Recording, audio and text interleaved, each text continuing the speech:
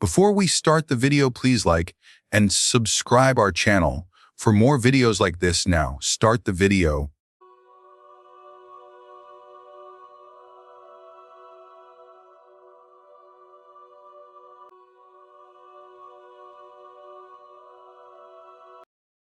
People think anesthesia is about sleep. It isn't. It's about trust, the quiet, invisible faith between doctor and patient that says, "You won't wake up in the middle of the knife." I've been an anesthesiologist for 16 years. I've held countless hands before the drift, watched pupils dilate as the world faded into a perfect, calculated darkness. Every milliliter, every breath precisely measured. Science, control, rhythm. But there was one night, one surgery, that broke all those rules. And even now, years later, when I close my eyes, I still hear her breathing through the mask. Not snoring, not gasping, whispering. It was a stormy night in March. One of those nights where the rain seems to vibrate against the hospital windows, humming like a warning. I was finishing paperwork when my pager buzzed. Emergency craniotomy. OR3. Prepare anesthesia setup. Patient incoming. I sighed, rubbing my temples. It was almost 2 a.m., and I hadn't slept in 24 hours. Emergency neurosurgeries are never simple, and anesthesia for them is even worse. When I entered the operating room, the air was cold, metallic, and humming with machines. The scrub nurses were prepping the instruments. Monitors blinked in green and blue. "Who's the surgeon?" I asked. "Dr. Rahim," one nurse replied. "They're bringing the patient from ER. Head trauma, unresponsive, pupils unequal. Possible hemorrhage." I checked my tray. Propofol, fentanyl, rocuronium, the usual cocktail. I calibrated the ventilator, ran a quick check on the gas lines. Everything was fine, clinically. But something felt off. There was a faint smell in the air. Not disinfectant, not blood. It was sweet, almost floral, like old ether, the kind we don't use anymore.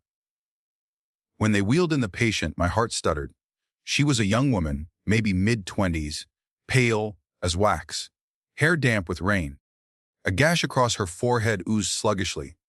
Her ID bracelet was blank. Unknown female. The ER nurse whispered to me, "Found unconscious near the river." No ID, no pulse at first, but they revived her. Then she started seizing. Her eyes were half open, pupils sluggish. When I leaned close, I thought I heard something. A murmur, faint and rhythmic. "Don't let him." I froze. Did she just? But no one else seemed to hear. The nurse adjusted her IV. The monitors beeped in a lazy rhythm. Maybe it was just air in the lungs. I went through the motions. Checked airway, vitals, pre-oxygenation. She needed to be under before Rahim started. Propofol, 120 milligrams. I said softly. Her eyelids fluttered. Fentanyl, 100 micrograms. Her body went still, limp, peaceful. I intubated her, confirmed placement. And yet, even as her vitals stabilized, the whisper returned, not from her mouth, but from inside the ventilator tubing. "You shouldn't be here." The voice was soft, childlike, distorted by the mechanical hiss. I stared at the tubing. The waveform was normal. The machine's readings were fine. No one else reacted. I told myself I was tired, auditory hallucination, sleep deprivation. But I couldn't shake the feeling that she was still awake. When Dr. Rahim entered, he nodded curtly. "Let's begin." Midline frontal approach. I nodded, checked her depth again. EEG suppression, BS index at 38. Deep enough. As he made the first incision, the heart rate monitor spiked from 68 to 120. "Doc, she's reacting," I warned. Reflex. "Increase the propofol," he said. I pushed another dose. The numbers dropped, but not fully. I leaned closer to the ventilator. "He's not the one." I nearly dropped the syringe. "Who's not the one?" I whispered before I realized I'd said it aloud. The scrub nurse looked up, puzzled. "Doctor." "Nothing." I forced a smile. Just thinking out loud. But something in my chest tightened. The words didn't sound like a hallucination anymore. They sounded like memories. As Rahim drilled into the skull, a faint, metallic echo filled the room. The smell of bone, dust mixed with iodine and burnt keratin. I focused on the monitors, pretending everything was under control. Then, a sharp spike in EEG activity, not random bursts, patterned waves. Rahim, I called. She's showing cortical activity. He frowned behind his mask. Impossible. The frontal lobe's already isolated. But the waves grew coherent, almost rhythmic, like a message. The monitor, the spikes formed repeating clusters. 3-1, 3-1. It looked deliberate. And then the ventilator alarmed, but not a warning tone. It was muffled, distorted, almost like words. He shouldn't open it. I backed away. My gloves were slick with sweat. Everything all right?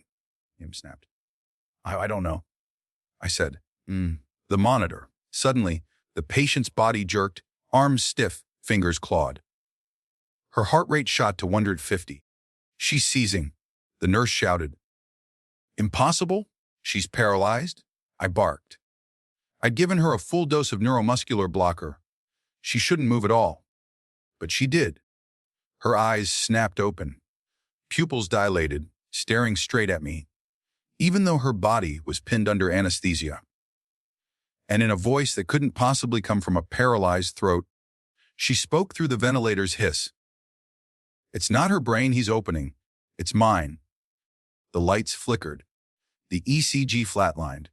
And for one perfect second, every sound in the OR stopped. Then the alarms began to scream. The first thing I remember after the alarms went off was the sound. A chaotic orchestra of monitors, suction, voices. Code blue! We're losing her. Rahim's voice cracked through the static. I grabbed the crash cart, heart pounding so loud I could barely hear myself think. I pushed epinephrine, 1 milligram, then atropine. Her ECG flickered, asystole, then ventricular flutter, then flat again.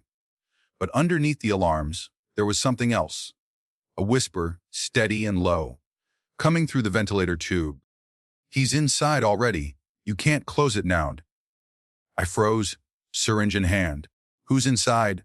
I muttered, without realizing I'd spoken. The scrub nurse glanced at me, confused. Doctor. Nothing.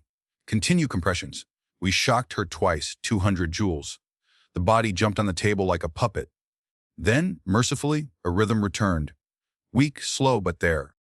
Rahim exhaled in relief. All right, let's stabilize her and continue. Hemorrhage control first. But my hands trembled. I could feel the air around the operating table change.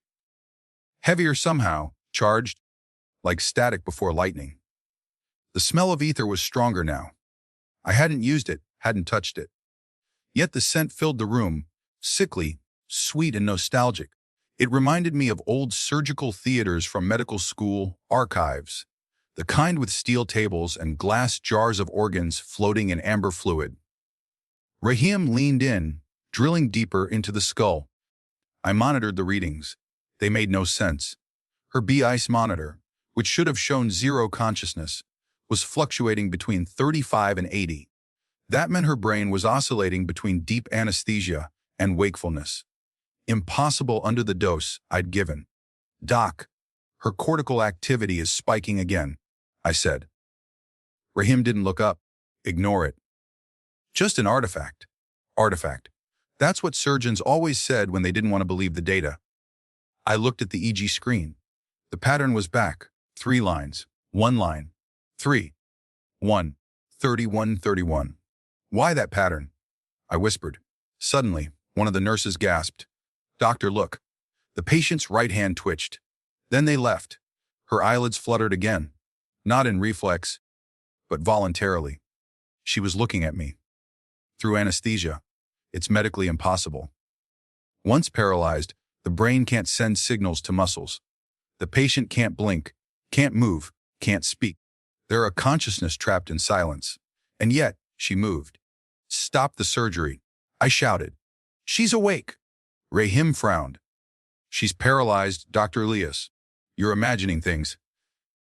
I'm not, I snapped. Her BS is 85. That's a wakeful level. He ignored me, continuing to cut. And then a sound came from the suction tube. Not air, not blood, a voice. You shouldn't open it. It was her voice, but distorted, like it came through a radio underwater. Rahim froze mid-incision. The suction tube dropped from his hand, blood splattering on the floor. What the hell?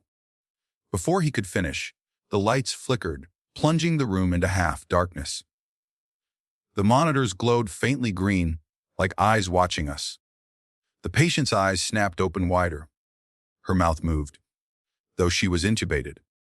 Through the ventilator's hiss came another whisper. It's not her brain. It's mine. Rahim stumbled back. What the? She's speaking. That's impossible, I muttered, though my own voice shook. She's chemically paralyzed. The scrub nurse backed toward the door, pale as the sterile tiles. I'm calling ICU. Wait, I said, but before I could move, something flickered on the monitor.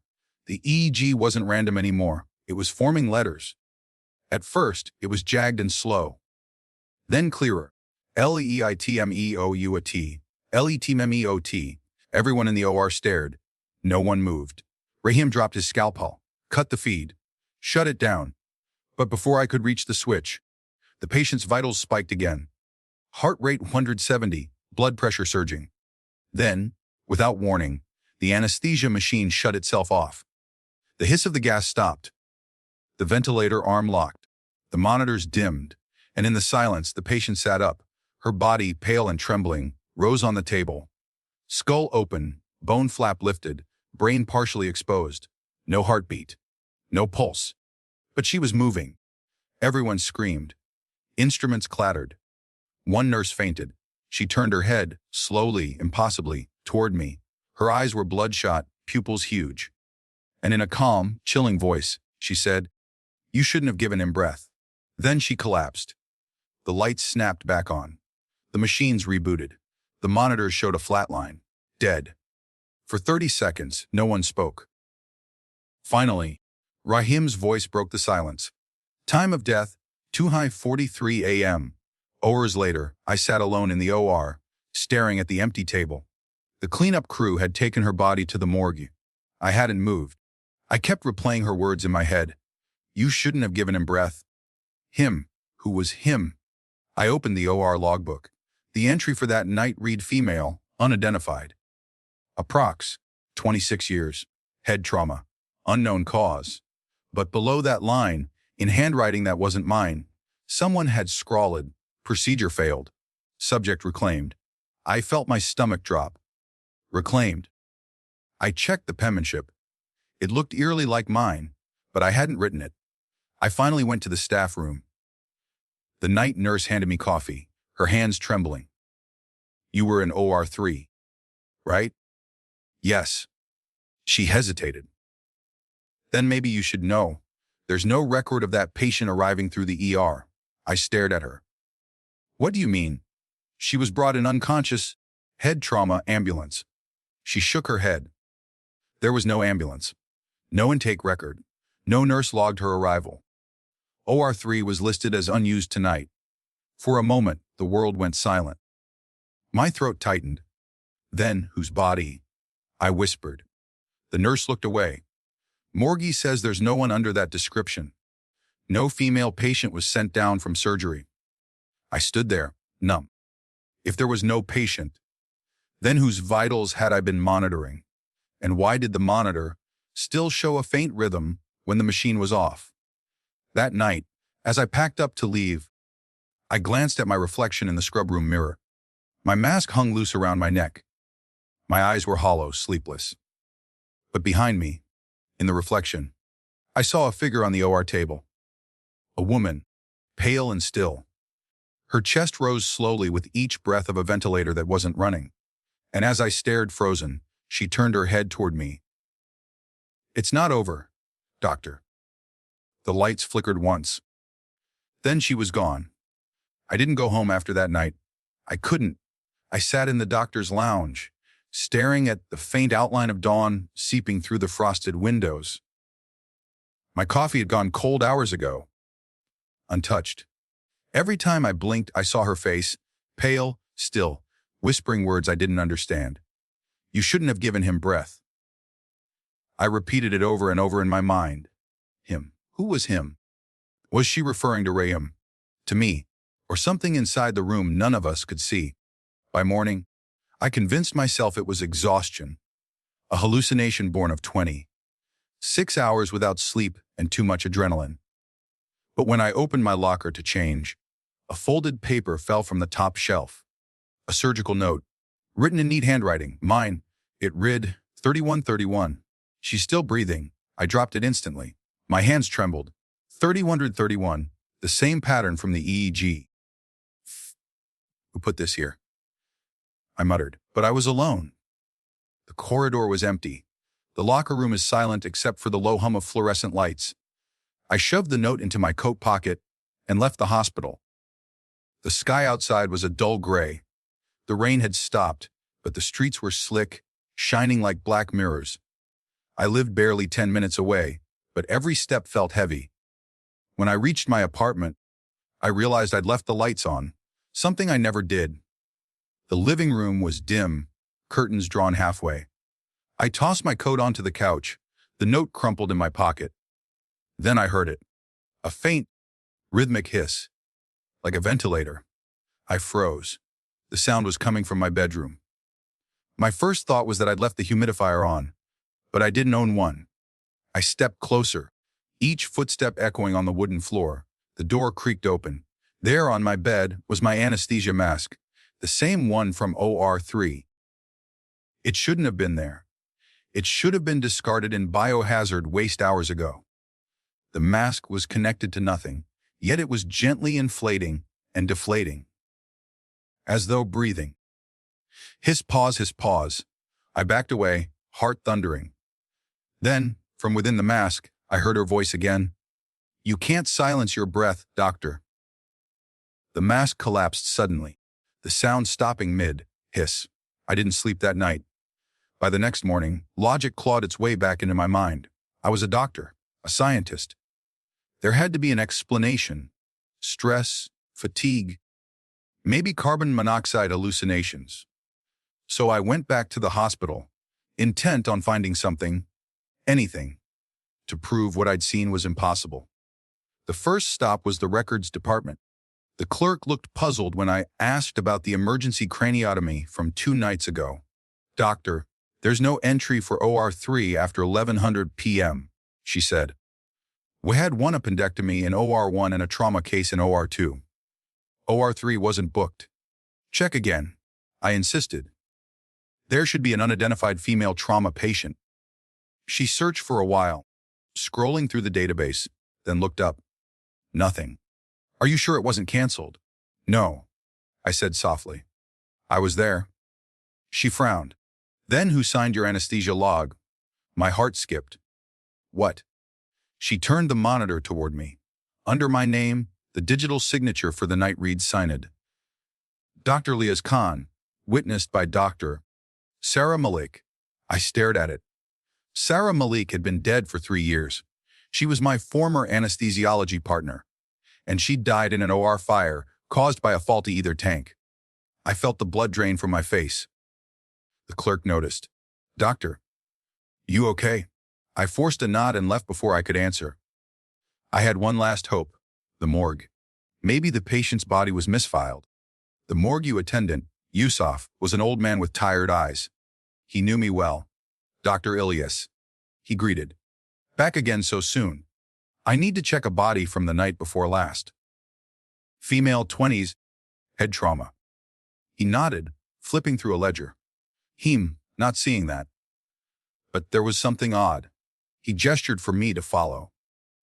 In the far corner of the cold storage room, a drawer was slightly ajar. A tag hung loosely from its handle. Unclaimed female, no record. That's her, I said immediately. He pulled the drawer open. The body inside was covered in a white sheet. I steeled myself and pulled it back. The face was hers, same wound, same pallor. But her chest was rising and falling. Slow, faint, rhythmic. Yusuf, I whispered. She's breathing. He frowned. Impossible. I checked her myself. She's gone cold. I leaned in closer. Her eyes were closed, but tears had dried on her cheeks. And then, just as I brushed her wrist to check a pulse, her lips moved. 31 and 31. I stumbled back, slamming into the steel tray. Yusuf looked at me, bewildered. What did you say? Didn't you hear that? Hear what? She said. I turned back to the drawer. It was empty. The sheet lay flat. Nobody. I swear it had only been a second. Doctor. Yusuf's voice trembled. You look like you've seen a ghost. I didn't answer. I was already backing out of the room. That night, I retrieved the OR surveillance footage. Every operating room had hidden audio, video for legal protection. I loaded it into the computer in my office, my hands shaking as I pressed play. At first, it was ordinary, prep, vitals, intubation, Rahim entering. But at 0234 a.m., the image glitched. For 5 seconds, the feed distorted into static, and within that static, I saw a face. Not hers. Sarah's, my dead colleague.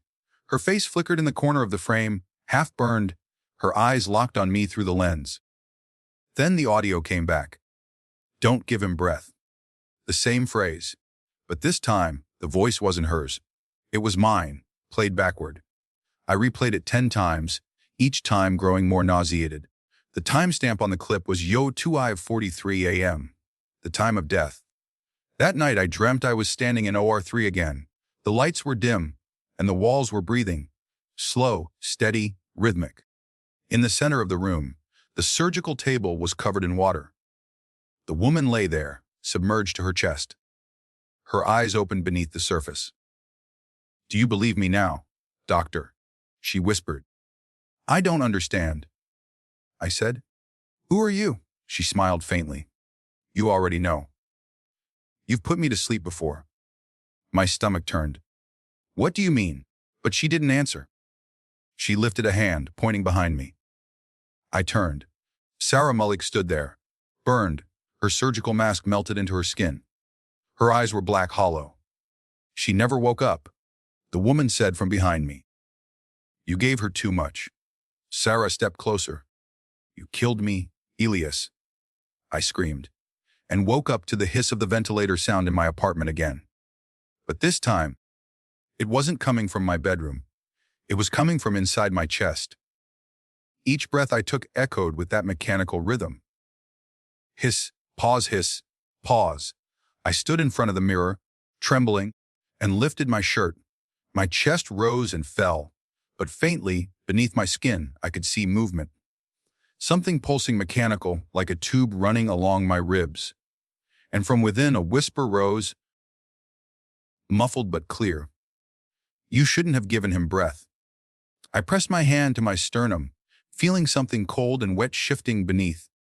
That's when I realized. The smell of ether hadn't left me since that night. It wasn't in the air. It was inside me. I didn't go back to work for 3 days. I told the administration I had fatigue, related visual migraines, the kind of excuse hospitals accept because they'd rather not ask. But sleep didn't help. The smell of ether clung to my clothes. Every mirror in my apartment seemed to fog over in slow, rhythmic bursts, like breathing. On the 4th morning, I woke to find my pulse oximeter still clipped to my finger. I didn't remember putting it there. The display read 31% saturation. Then, for half a second, it flashed 31 to 31% before the battery died. I dropped it, shaking. That number again. The autopsy file desperate for answers. I broke into the pathology wing after midnight. The hallway lights buzzed, half of them dead. Inside the records room, I found a file labeled simply, Subject 3131, Experimental Anesthesia Protocol. It was marked confidential and dated 2018, the year of the operating room fire that killed Dr. Sarah Malik. I flipped through the yellowed pages.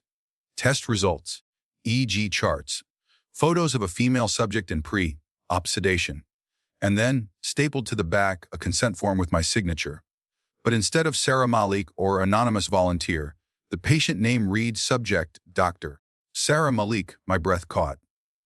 The handwriting on the signature line wasn't mine. It was hers. And under, attending anesthesiologist, someone had written Dr. Elias Khan, my name, in thick black ink that looked too fresh for a 6-year-old. I turned the final page and froze. There was a photo of the same young woman from the craniotomy, the one found by the river. Underneath it, in red marker, transplant recipient, Sarah Malik, neural graft trial phase 1, no. I whispered. That's impossible. We never. Behind me, a door creaked open. The lights flickered. And in the reflection of a metal cabinet, I saw 2 figures standing behind me, the patient and Sarah, overlapping, like one shadow wearing another's skin. You opened the wrong mind, Sarah whispered. No, both are awake, the woman added. My knees buckled. The file fell from my hands, scattering papers across the floor. Every page began to breathe, curling in and out as if lungs were beneath them. I ran. By dawn, I checked myself into a diagnostic lab, pretending I was studying sleep apnea. I ran my own blood work and CT scans. The images showed something that made no sense, a thin foreign density in my chest cavity, curling around the bronchial tree, metallic, tubular. The radiologist frowned. Could it be a retained catheter? I never had thoracic surgery, I said. He looked again. Then it's not medical, it's structural. He printed the image. The shape looked disturbingly familiar, like the curve of an anesthesia breathing circuit. Inside me. That night I felt it moving. Each inhale echoed faintly in my ears. Hiss. Pause. A hiss, pause. Sometimes the rhythm stopped until I whispered 3031, and it would start again, like a password for my own lungs. I confronted Dr. Rahim. He was in his office, papers piled like sandbags around him. Rahim, what did we do 6 years ago? I asked. He looked up, startled. You mean Sarah's trial? So you remember? He sighed. It was shelved. Too dangerous. The neural graft interface couldn't distinguish donor from host consciousness. The subject burned alive. I finished. Rahim's eyes darkened. You were there when the ether tank ruptured. She was still under. You were trying to reverse it. She whispered my name before the explosion, I said. I heard it again in OR3. Rahim stood, voice shaking. That case was erased. No patient existed. How did you? Because she came back top. I threw the morgue photo on his desk. The unclaimed woman. He paled. That's Sarah's graft donor, the prototype body. She woke up on my table, I said. She spoke. She said I shouldn't have given him breath. Who is him, Rahim? Rahim hesitated. Then, Hood, the neural receiver. The male host we built to store her consciousness if the graft failed. My heart pounded. Where is he? He swallowed. You, Ilias. It was you. It hit like a defibrillator shock. During the fire, I inhaled a lungful of ether and collapsed. They told me I'd been resuscitated after 4 minutes without oxygen. 4 minutes. The window between death and permanent brain damage. In that time, they had used me as the test vessel to store what was left of Sarah's neural pattern before her brain disintegrated. I wasn't just haunted by her. She was inside me. The woman from the river. The body meant to receive Sarah's consciousness had woken during surgery because both hosts were active. 2 minds tethered by 1 breath. You shouldn't have given him breath. She wasn't warning me about Rahim. She was warning me about myself. That night, the whispers turned into words. Let me out, doctor. You promised me life. I can't breathe in here. Every time I exhaled, my reflection exhaled after me. A half, beat delayed. My hands shook so violently I dropped a syringe of propofol, shattering it on the floor. I saw Sarah in every mirror now, sometimes behind me, sometimes replacing me. When I blinked, our faces swapped for a moment, her burnt skin over my bones. I recorded myself sleeping. The video showed me sitting up at 3:13 a.m., eyes open, whispering, "He's not the one, it's mine." I didn't remember doing it. I returned to OR3 one final time. The room was dark, unused since that night. I turned on the surgical lamp. Dust floated like snow in the beam. On the table, someone had placed an anesthesia mask, my old one, connected to nothing. Yet, as I stepped closer, it inflated once, faintly. Hiss, pause. Hiss, pause. I set up the machine myself, connecting oxygen and propofol lines. If this was where she was born, maybe it was where she could end.